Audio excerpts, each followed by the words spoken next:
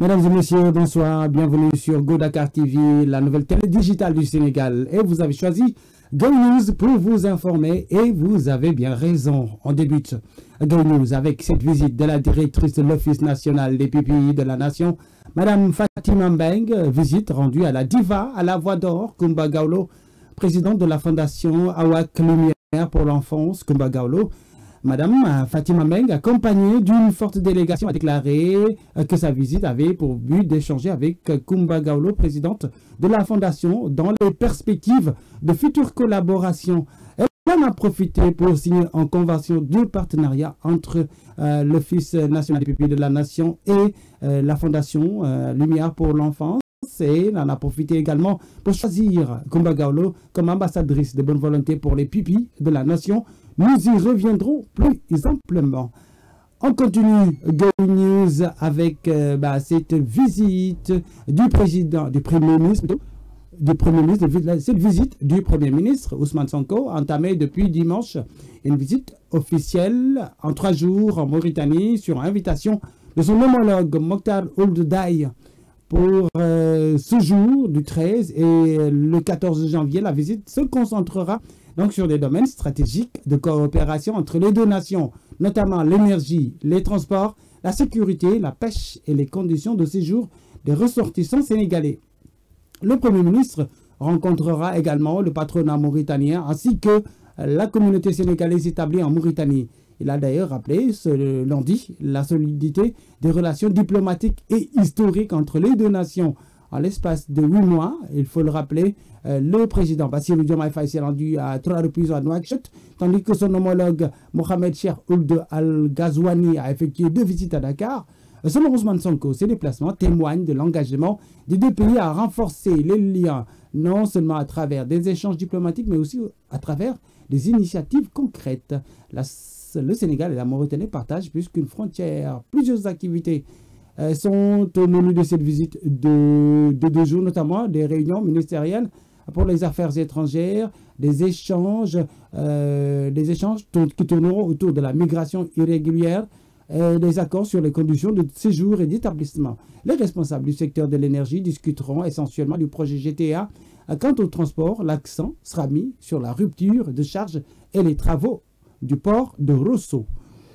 Parlons de ce communiqué publié tard dans la soirée de ce dimanche 12 janvier et qui émane du procureur de la République financière, El Hadj Alioune Abdoulaye Sylla, qui révèle que le parquet du pôle financier a été saisi récemment de plusieurs rapports de la cellule nationale de traitement des informations financières de CENTIF qui sont en cours de traitement. Donc ainsi, l'analyse d'un de ces rapports fait ressortir des faits impliquant plusieurs personnes. En outre, les investigations menées révèlent des mécanismes sophistiqués de blanchiment de capitaux par le truchement de sociétés écrans qui auraient été utilisés pour des transactions suspectes d'une valeur estimée provisoirement à plus de 125 milliards de francs CFA.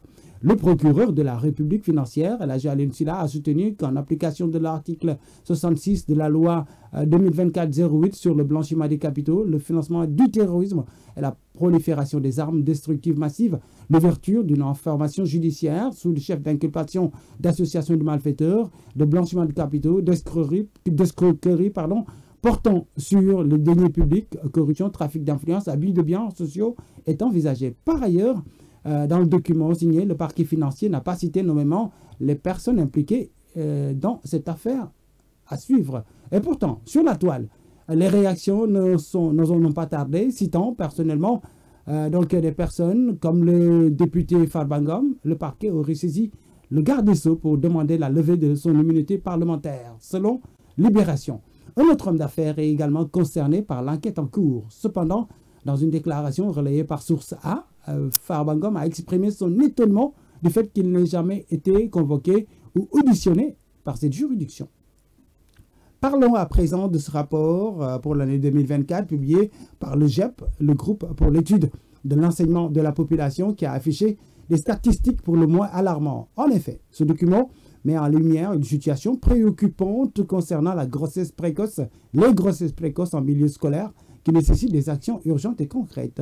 Ce recensement a été a été effectué dans 1332 établissements publics du moyen secondaire, représentant 85% de la carte scolaire nationale. Ce travail a révélé 1202 cas de grossesse chez les élèves âgés de 12 ans à 19 ans, répartis comme suit: Fatick 166, Ziguinchor 157, Sédhiou 134, Tambacounda 100 cas, Kolda 91 cas. Certaines régions comme Dakar enregistrent des chiffres plus faibles, 7 cas seulement, mais ça ne réduit en rien la gravité de la situation globale. Le syndicat des enseignants libres du Sénégal authentique, dans les colonnes du journal indépendant de ce lundi 13 janvier, exige une prise de responsabilité immédiate de l'État et des collectivités locales pour instaurer des programmes de sensibilisation sur la santé sexuelle et reproductive. Pour les solutions préconisées, le CELS a demandé de renforcer l'éducation de la santé reproductive, donc à mettre en place des centres de conseil d'écoute, à encourager l'autonomisation des filles et à impliquer la justice pour sanctionner tout adulte responsable d'une grossesse chez une mineure scolarisée. On termine Go News avec le combat d'hier, ce lambe, donc pour clore Go News avec ce combat de Gris Bordeaux, le chef de l'écurie qui a subi une défaite cuisante face à Zarco. Ce combat qui a été très attendu par les amateurs de lutte sénégalais s'est soldé par une 11e défaite pour le 3e Tigre de Fass. Une énième déception pour ses nombreux supporters qui espéraient le voir sortir par la grande porte. Autrefois craint et respecté dans l'arène pour sa technique et sa force de frappe, Gris Bordeaux a montré des signes évidents de déclin. Inoffensif, lent dans ses déplacements et sans réelle réaction, il a laissé une impression bien loin de celle d'un lutteur ayant terrassé des légendes telles que Bombardier, Mohamed Ndao Tyson, Baye Mandione depuis 2015. Date de sa dernière victoire contre Mohamed Ndao Tyson.